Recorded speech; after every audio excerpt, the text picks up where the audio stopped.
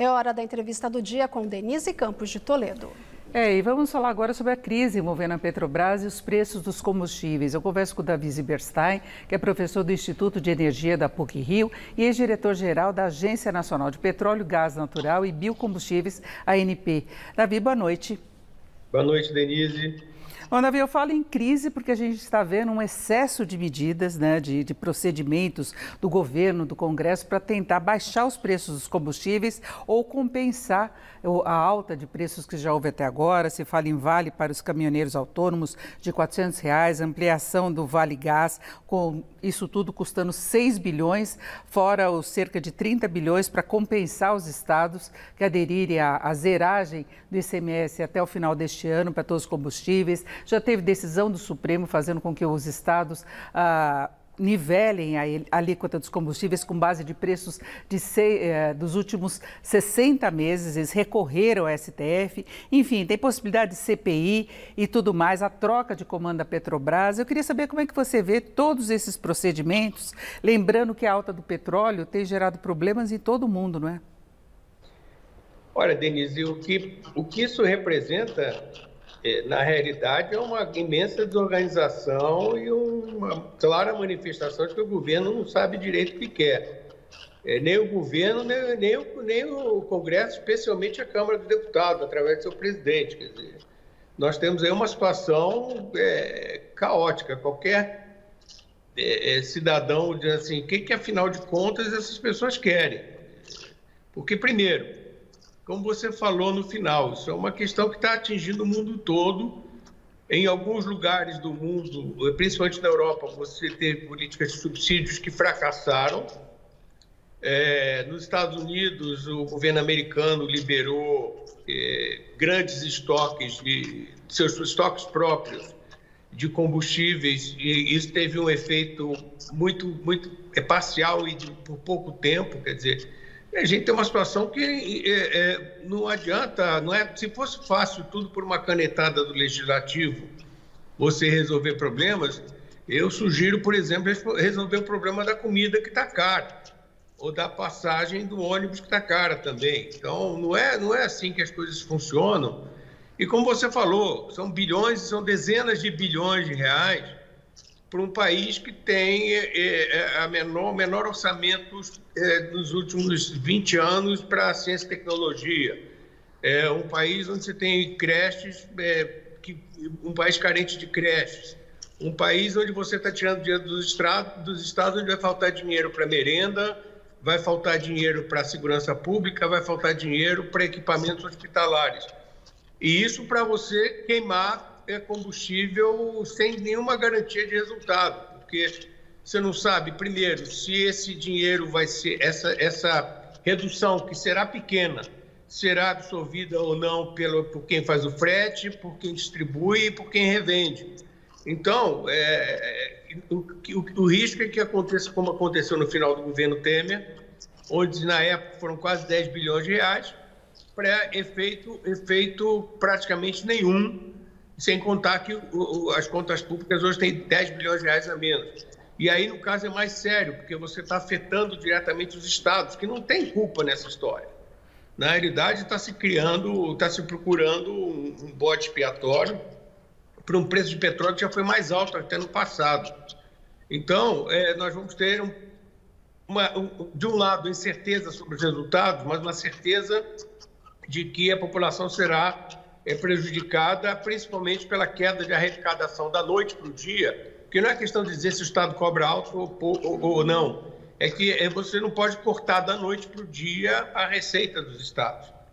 Tem orçamentos, tem compromissos, enfim, e foi o que aconteceu. Então, é uma situação muito grave, na minha opinião, e que vai afetar a população brasileira para efeitos, na minha opinião, também muito pequenos e quase imperceptíveis. Agora, Davi, também se fala em mudanças na lei das estatais e mudanças na política de preços da Petrobras, que é uma coisa que se tentou, você citou até o governo Temer, que vem daquela época, que era uma forma de blindar a empresa contra intervenções políticas, como a que se pensa agora com a justificativa do papel social da Petrobras.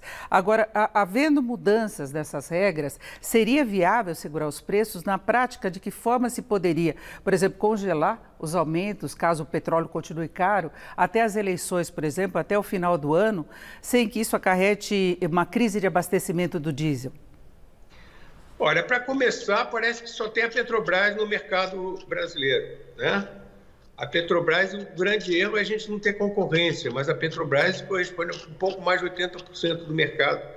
Então, você não pode interferir na Petrobras onde você tem um mercado funcionando, porque tem outra refinaria, tem mais refinaria que não a Petrobras, e tem a importação que faz um papel como se fosse uma refinaria virtual, que vem e que ela não está fisicamente no Brasil, mas está vindo de algum lugar, o derivado do petróleo.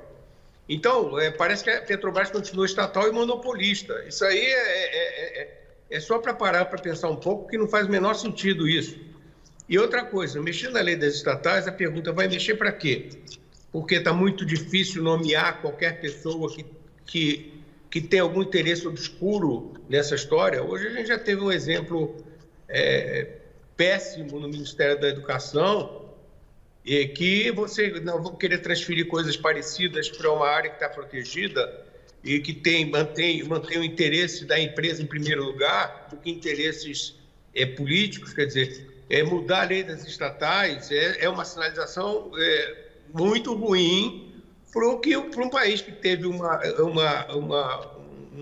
governo supostamente eleito para combater a corrupção, que a gente já viu que não é bem assim, e que, de alguma maneira, nós estamos abrindo mais ainda a porteira para malfeitos, quando a gente... a primeira pergunta é dizer, para que você quer mudar a lei das estatais? E aí você fala em política de preço da Petrobras, a frase em si ela já é um erro, porque não é uma política de preço da Petrobras. A Petrobras é uma empresa que está no mercado. A política da Petrobras é a política de mercado. É uma empresa que se sujeita às condições de mercado. Então, ela não pode, por conta própria, dizer vou vender mais barato do que custa. A Petrobras tem mais de 700 mil acionistas, a imensa maioria de pessoas físicas. E você vai prejudicar essas pessoas. Então, nada disso faz sentido na realidade. Por outro lado, o governo não propõe nenhuma política de adaptação. O correto seria buscar uma política de adaptação a essa crise momentânea que a gente está tendo com a alta dos preços e que o impacto da inflação, que na realidade o que está machucando as pessoas é porque a inflação está alta e a renda das pessoas caiu. É muito mais do que o preço necessariamente. As pessoas estão sofrendo muito com perda de poder aquisitivo por causa da inflação e perda de poder aquisitivo por causa de perda de renda.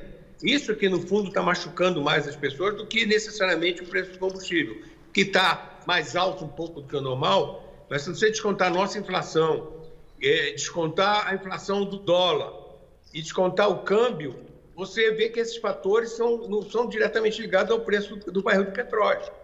Então, mais uma vez, a gente corre o risco de ter soluções esdrúxulas, e aí tem aquela coisa, o cavalo está passando, vamos aproveitar para mudar a lei das estatais, deixar aquela história da boiada passar, vamos aproveitar a confusão e vamos mudar a lei das estatais. É muito estranho tudo isso, eu acho que coisa boa não deve vir por aí, não. Agora, Davi, uma coisa que até parte da população não entende é o fato de a Petrobras ter um lucro muito elevado e manter preços altos. Teria como compatibilizar em algum tempo, reequilibrar, ter lucros menores, alguma transferência diária da Petrobras? A gente tem apenas um minuto. Eu queria que você esclarecesse essa questão da formação dos preços.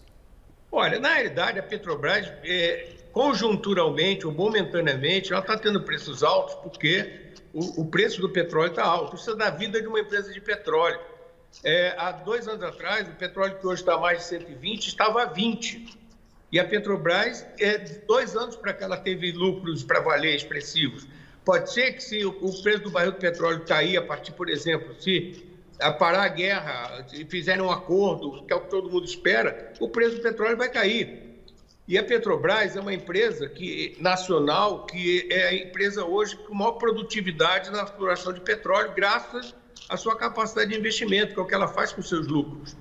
E mais ainda, quando as pessoas dizem a Petrobras é nossa, em vez de você explorar a Petrobras, você deve agradecer quando ela dá muito lucro, porque esse dinheiro vai para o Tesouro, vai para todos os contribuintes. Então, se eu fosse acionista, seja diretamente ou indiretamente, seja diretamente como acionista mesmo, ou seja, indiretamente como cidadão contribuinte, eu ia gostar muito que a empresa onde nós investimos, ela dê muito lucro. Porque também não faz sentido você pegar e vai dizer, o que ela vai fazer? Vai distribuir dinheiro? Não faz sentido nenhum. Não é o lucro da Petrobras que faz com que o diesel ou a gasolina esteja caro. Perfeito, Davi. Absolutamente não é o lucro da Petrobras. Então, a Petrobras, vai precisar, primeiro, ter capacidade de continuar investindo. O Brasil está ganhando muito dinheiro, e aí, no caso, a sociedade brasileira junto, Davi, já temos que encerrar. Com a exploração de petróleo, com a produtividade dos campos de petróleo. Perfeito. Então, não faz essa relação, o governo tenta vender essa relação, mas ela não existe. Na realidade, ainda bem que nós temos uma empresa eficiente. Quem tem que dar subsídios para reduzir o preço do combustível é o governo. Perfeito. Davi, nós já temos que encerrar. Eu falei para você que tínhamos apenas um minuto. Eu agradeço muito seus esclarecimentos. Davi Zilberstein, que é ex-diretor da ANP, a Agência Nacional de Petróleo, Gás Natural e Biocombustível. Davi, muito obrigada. Uma boa noite. Obrigado. Um abraço para vocês. Com vocês.